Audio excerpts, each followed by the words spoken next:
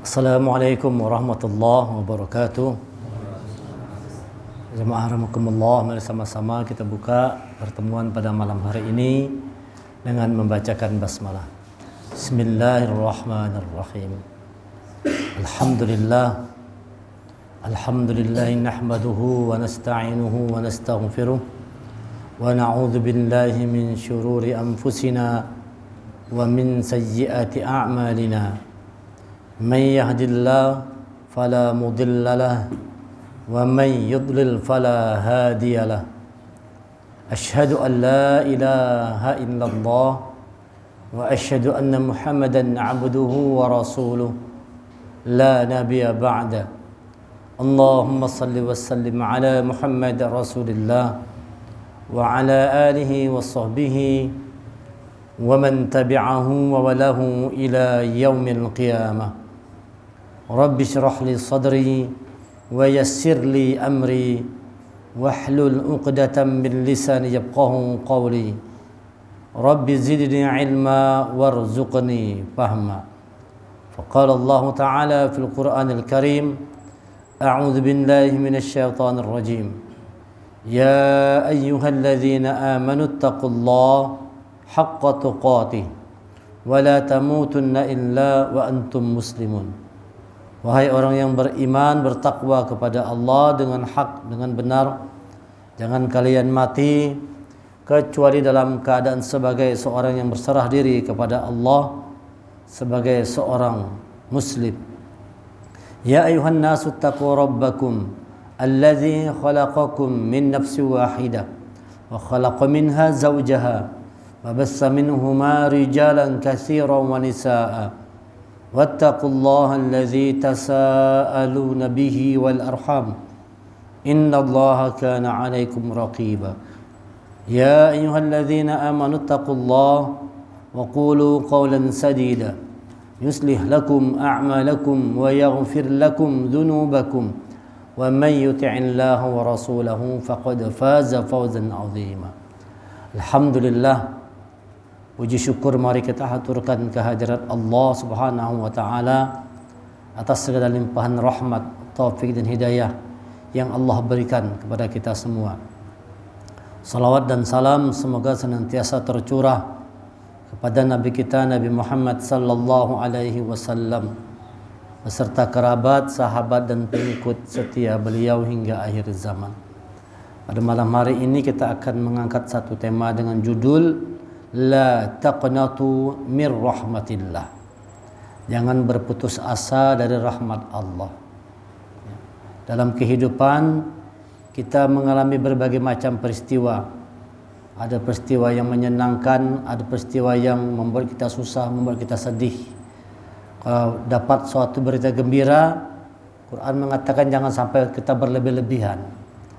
Tetapi kalau ditimpa suatu berita yang tidak menyenangkan, kita menghadapi satu kesulitan, jangan berputus asa, jangan bersedih berlebih-lebihan, jangan gembira berlebih-lebihan, jangan juga bersedih berlebih-lebihan, apalagi sampai kepada putus asa. Sebab putus asa itu adalah satu perbuatan dosa. Orang beriman, Allah katakan la taqnatu mir rahmatillah. Jangan putus asa dari rahmat Allah. Kita berusaha, kada lancar, kada jalan, berdagang, kada payu. La taqnatu mir rahmatillah. Jangan pernah putus asa dari rahmat Allah. Perkataan ini Allah nukilkan dalam Al-Quran, dalam surah Az-Zumar, surah ke-39, ayat yang ke-53. A'udzu billahi minasyaitonir rajim. قل يا عبادي الذين أسرفوا على أنفسهم لا تقنطوا من رحمة الله إن الله يغفر الذنوب جميعا إنه هو الغفور الرحيم. Katakanlah, wahai hamba-hambaku yang melampaui batas terhadap diri mereka sendiri. Bayangkan hebatnya Allah ini, cintanya, sayangnya Allah sama kita. Walaupun dosa kita banyak, tidak dipanggil kita ini pendosa kada. Allah tidak manggil orang yang banyak dosa itu dengan panggilan pendosa. orang yang banyak bermaksiat dengan wahai tukang maksiat, wahai penzina, wahai penjudi, wahai pemabuk. Tidak. Allah tetap memanggil wahai hamba-hambaku. Cuma Allah ada sambungannya, wahai hamba-hambaku yang melampaui batas. Tapi tetap Allah menyebutnya dengan hamba. Ini kan panggilan terbaik. Panggilan cinta Allah itu adalah hamba. Ibadi, Abdullah, hamba-hambaku. Katakan kepada hamba-hambaku, kata Allah, yang melampaui batas. Nah, kita ini kan kalau mau jujur barangkali banyak perbuatan kita ini yang melampaui batas. Yang tahu tuh Allah dan diri kita aja. Allah cuma menutupi aib kita. Kalau dibukakan, niscaya kita tidak mampu kita bicara seperti di depan seperti ini. Kalau misalnya Allah membukakan aib kita tuh. Tapi Allah tutupi segala macam keburukan kita itu. Allah tetap memberikan rahmatnya. La taqnatu mir rahmatillah. Jangan pernah putus asa dari rahmat Allah. Sebanyak apapun dosa kita. Kata Umar bin Khattab, orang yang dulunya punya masa lalu yang kelam gitu. Sahabat Rasulullah Umar bin Khattab. Kalau seandainya katanya di dunia ini ada cuma satu orang yang dihukum oleh Allah, diazab oleh Allah, barangkali itu aku orangnya. Barangkali itu aku orangnya. Karena dosaku ini banyak benar, kata Umar bin Khattab. Anaknya dibunuhnya, dikuburnya hidup-hidup.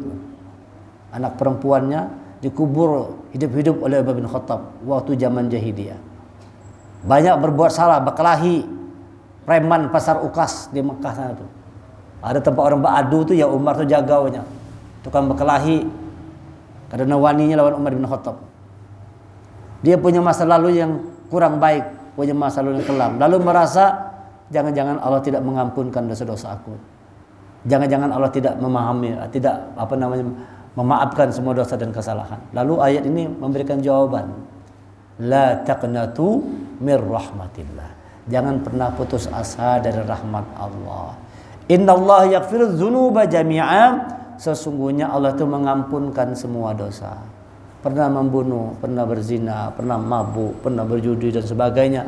Allah katakan innallaha yaghfiru dzunuba jami'a. Sesungguhnya Allah itu mengampunkan semua dosa. Dosa musyrik itu kan katanya tidak diampunkan. Itu kalau kita mati kan akan diampunkan, tidak sempat minta ampun.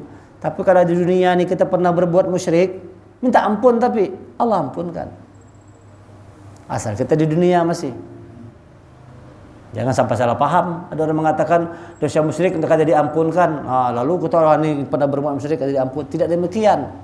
Dulu kan sebelum masuk Islam sahabat Rasulullah musyrik semua kalau kan semua musyrik semua tuh. Tapi masuk Islam, taubat, masuk Islam, taubatan nasuha. Itu segala dosanya diampunkan oleh Allah. Termasuk dosa musyrik asal kita masih hidup di muka bumi. Bahari aku kada paham. Dulu asal malam Jumat motong ayam hitam putih, kopi pahit putih, kembang macam-macam itu kan. Ada keyakinan macam-macam, pasang ini pasang itu supaya laris dagang segala macam. Pasang jimat ini jimat itu macam-macam digawi bahari. Kada tahu.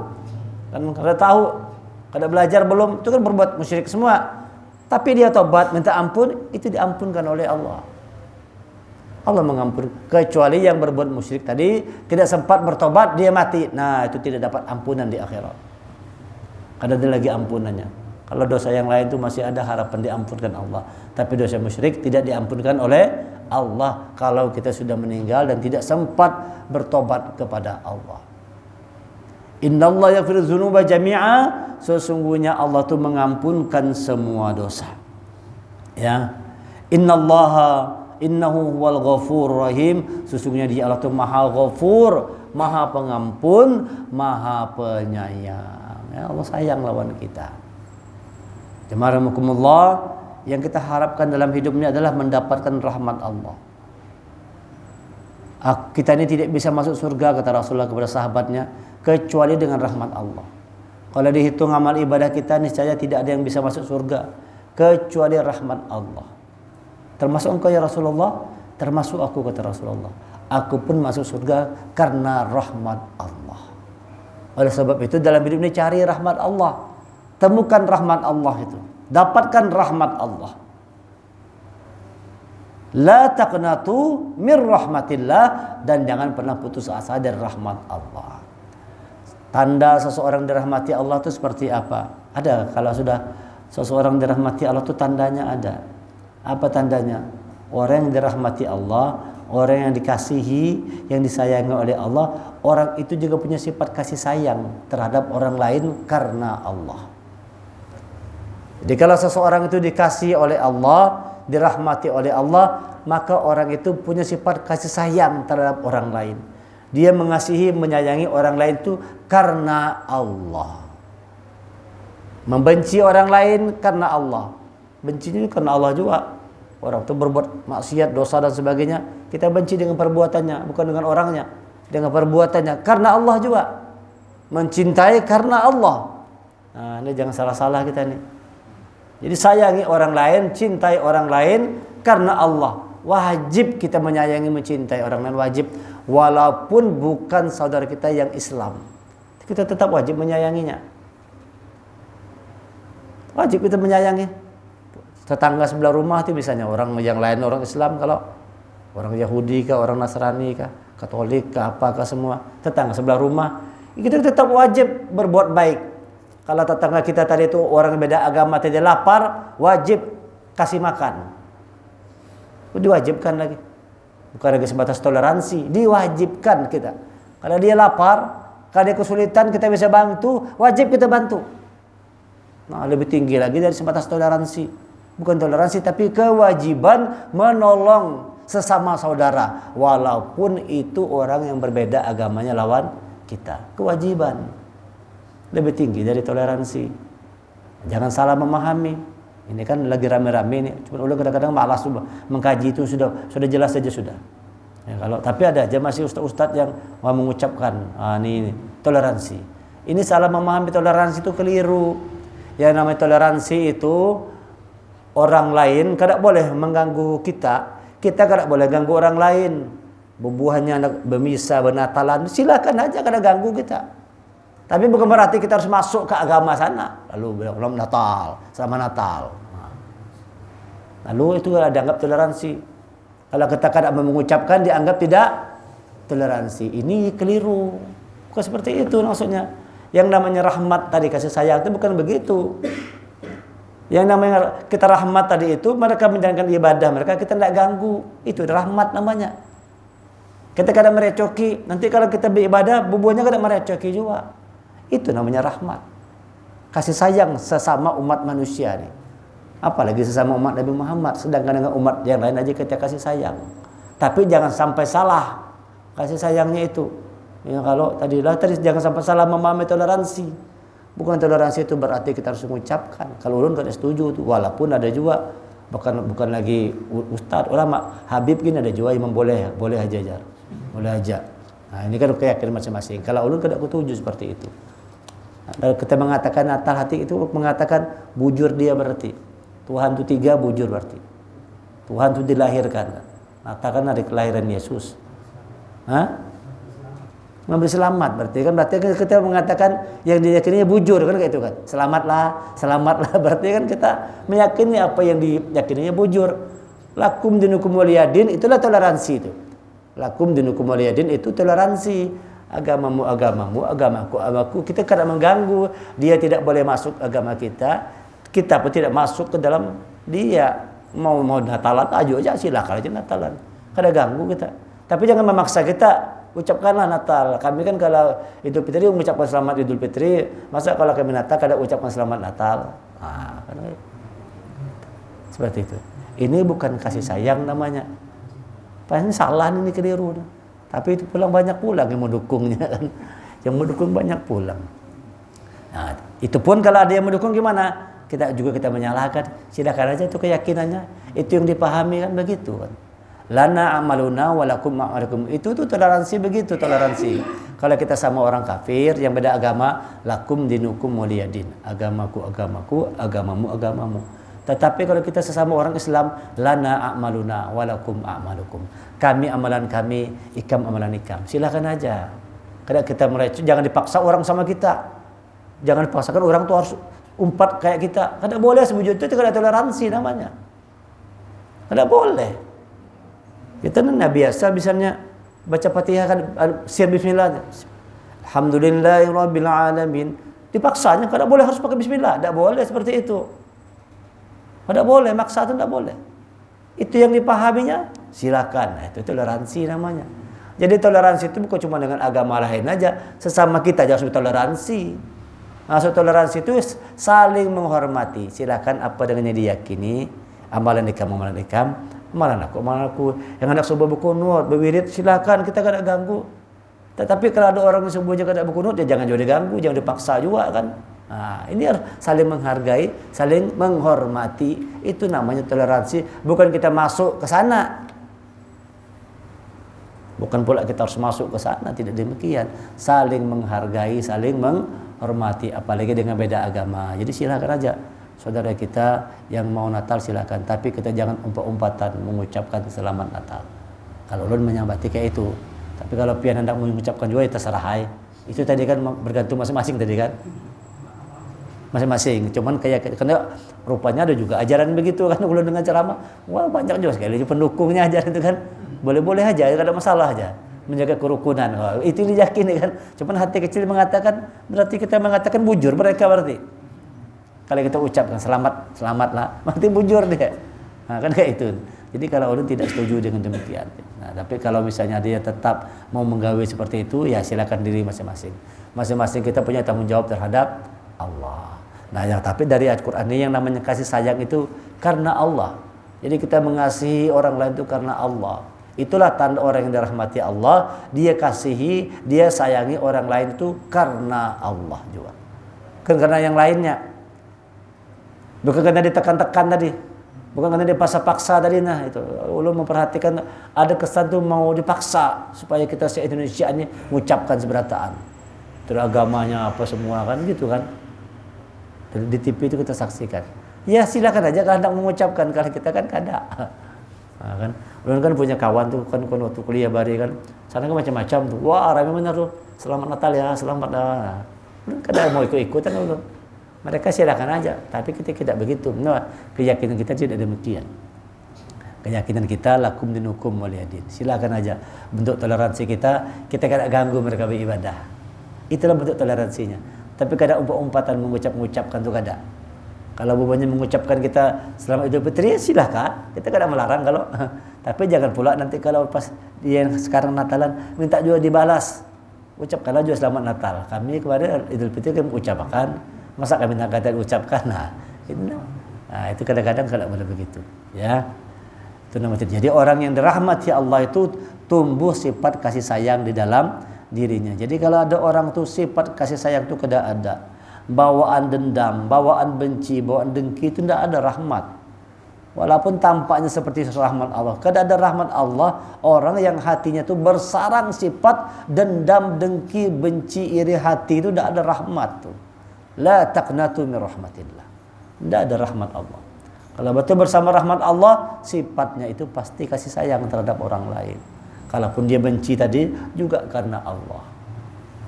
Kita tidak suka dengan perbuatannya itu yang kada bagus. Kalau perbuatan yang zalim itu yang kita benci, itu kita sukai. Jemaah rahimakumullah, bagaimana caranya supaya kita dapat rahmat Allah? Dari surah Az-Zumar ayat 53 sampai 55 ada 3 hal yang mesti kita lakukan. Jangan lupa nih. 3 hal yang mesti kita lakukan supaya kita mendapatkan rahmat Allah. Apa yang pertama? Perbanyak beristighfar kepada Allah. Jadi orang kalau Allah merahmati seseorang, Allah akan ampunkan dosa orang itu. Salah satu tanda Allah merahmati seseorang, dosa orang itu diampuni oleh Allah. Dan Allah itu mengampuni dosa kalau kita minta ampun.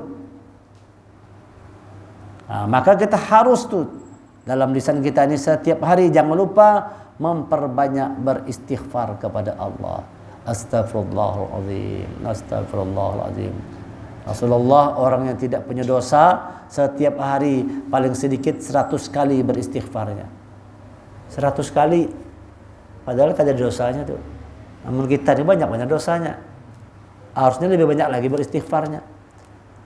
Jadi supaya turun rahmat Allah buat kita, beristighfar, minta ampun. Kata-kata istighfar tuh sikap menyadari kesalahan yang pertama. Orang yang beristighfar itu pertama dia menyadari salah. Kadang-kadang ada orang tuh berbuat salah, kadang sadar salah, bujur aja rasanya. Rasanya bujur aja padahal salah. Jadi orang istighfar itu menyadari kesalahan.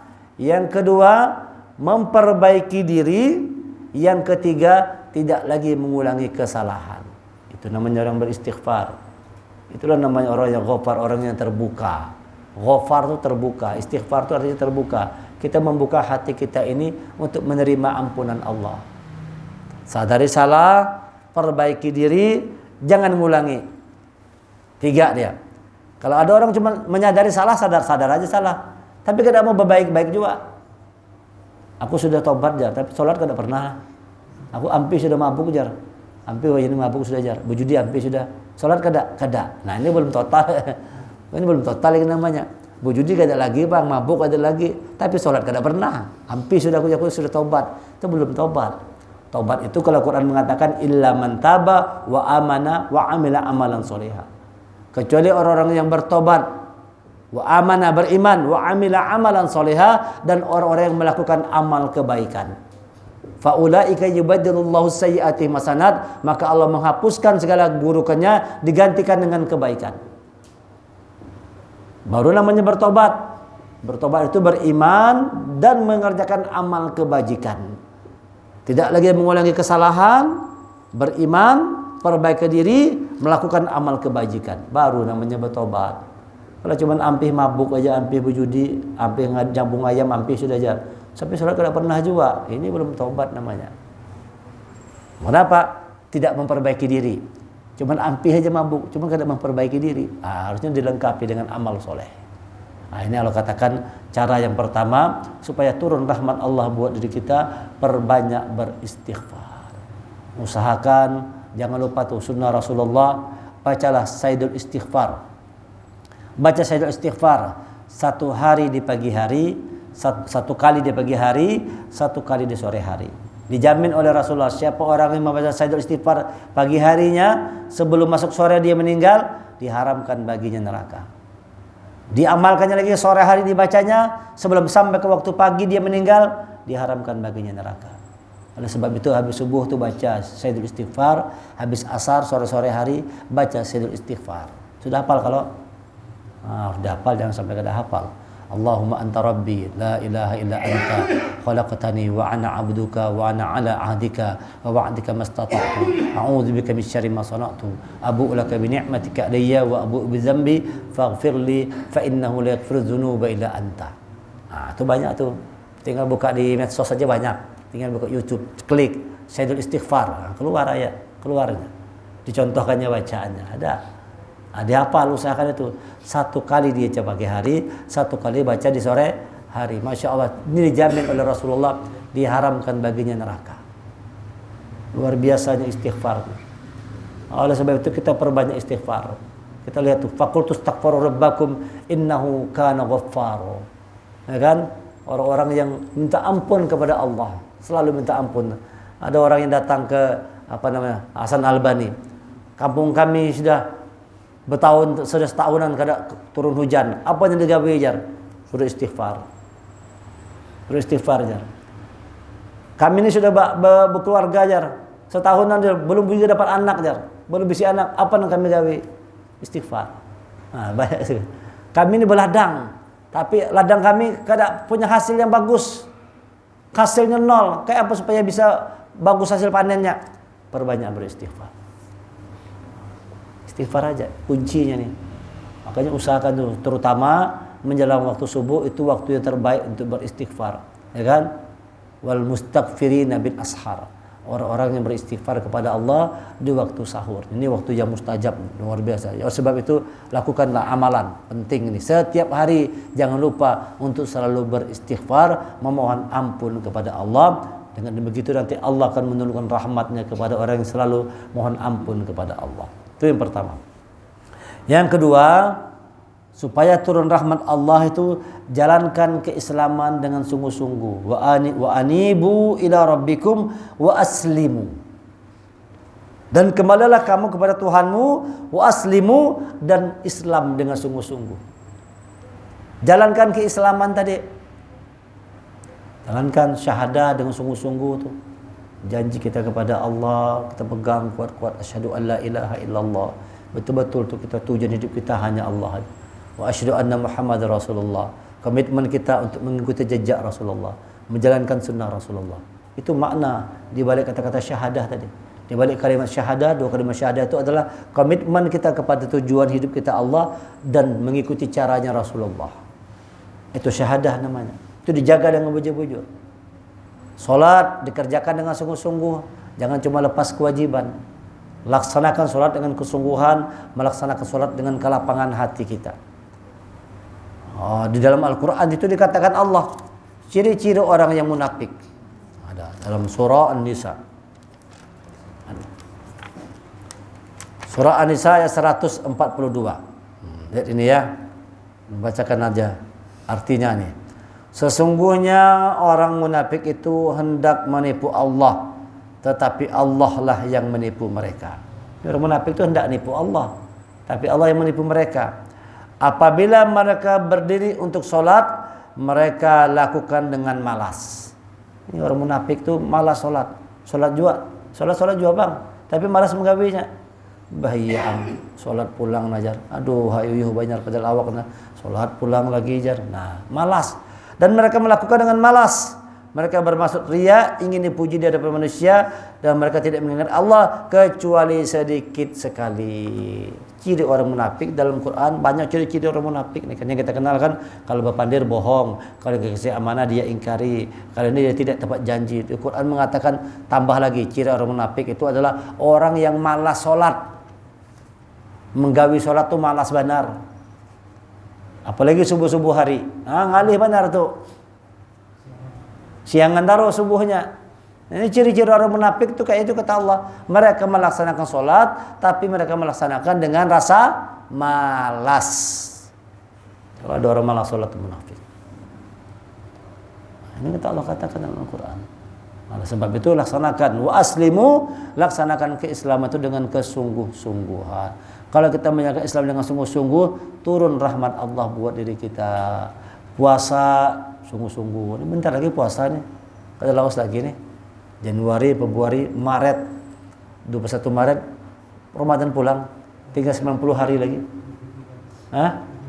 23 Maret Ramadan. Lebih kurang 90-an hari lagi. Kada lawas lagi. Nah, orang beriman tuh menyambut, gegap gembira, senang, bahagia. Wah, sebentar lagi mau puasanya, alhamdulillah. Senang, bersiap. Tapi coba kalau orang yang kebanyakan orang, bahaya puasa pulang jar. Nah, lapar pulang. Kadang kau berokok lagi. Nah, ada orang jadi beban. Ada orang yang datang puasa tuh senang, gembira. Tapi ada orang datang puasa beban dia. Aduh, kalau kok makan lagi lapar parut nah jar. Nah, ini berarti orang-orang yang tidak bersama rahmat Allah. Yang bersama rahmat Allah itu wa aslimu, dia menjalankan keislaman itu dengan kesungguh-sungguhan. Zakat dia keluarkan, haji dia kerjakan dengan sungguh-sungguh. Ini orang yang mendapat rahmat Allah itu menjalankan keislamannya dengan kesungguh-sungguhan hatinya. Kalau kita kaitkan dengan kajian minggu yang kemarin itu, afaman syarahallahu sadrahu lil Islam fahuwa ala nurim mir rabbih. Maka barang siapa orang yang Allah lapangkan hatinya menerima Islam, lapang dadanya menerima Islam, fahuwa ala nurim mir rabbih, maka mereka itulah di atas cahaya petunjuk dari Tuhannya. Jadi orang yang mendapatkan cahaya petunjuk Allah itu lapang menjalankan keislaman. Tidak malas, tidak beban, tidak asal-asalan, tidak sekedar lepas kewajiban, tetapi setiap melaksanakan amal ibadah itu dengan kesungguh-sungguhan melakukannya. Salat itu bujur-bujur dipelajari dengan baik. Dipelajari dengan bujur-bujur salat tadi itu. Sehingga salat itu berkualitas. Kalau salat itu kita kerjakan dengan bujur, dengan baik, dengan kualitas, dia akan bisa merubah keadaan diri seseorang tuh. Jadi kita tuh berubah dengan salat tadi. Inna sholata tanha 'anil fahsya'i wal munkar. Sesungguhnya salat itu mencegah perbuatan keji dan mungkar. Nah, jadi kalau kita bujur-bujur salat, kada lagi mau berbuat keji, kada lagi mau berbuat mungkar, berbuat yang buruk, berbuat yang fasik itu kada mau lagi. Ini kalau ada orang yang sudah salat gawian berbuat buruk aja kan dipertanyakan. Salat iya, nyembah itu orang iya juga. Jujurlah kayak itu. Salat iya tapi menipu ya juga. Nah, ada benar nih. Sholat iya, tapi sombong iya juga, riya iya juga, enggak benar. Sholat itu mencegah kita dari perbuatan keji dan mungkar. Nah, ini yang kedua, supaya dapat rahmat Allah, laksanakan keislaman itu dengan kesungguh-sungguhan. Syahadah, sholat, puasa, zakat, haji, jalankan rukun Islam dengan kesungguh-sungguhan. Jangan asal-asalan, jangan sebatas lepas kewajiban. Jemaah rahimakumullah, yang ketiga yang harus kita lakukan supaya mendapat rahmat Allah adalah mengikuti Al-Quran itu dengan sebaik-baiknya. Wattabi'u ahsana ma unzila ilaikum min rabbikum. Wattabi'u, dan ikutilah ahsanah, dengan sebaik-baiknya, bukan asal-asalan. Ma unzila ilaikum min rabbikum, apa yang telah diturunkan kepadamu Al-Quran dari Tuhanmu. Ikuti Quran itu dengan sebaik-baiknya. Wattabi'u ahsana ma unzila ilaikum min rabbikum. Ikutilah dengan sebaik-baiknya apa yang diberikan Allah kepada dirimu, yaitu Al-Quran. Al-Quran itu yang hendak diumpati. Ikuti Quran dengan sebaik-baiknya.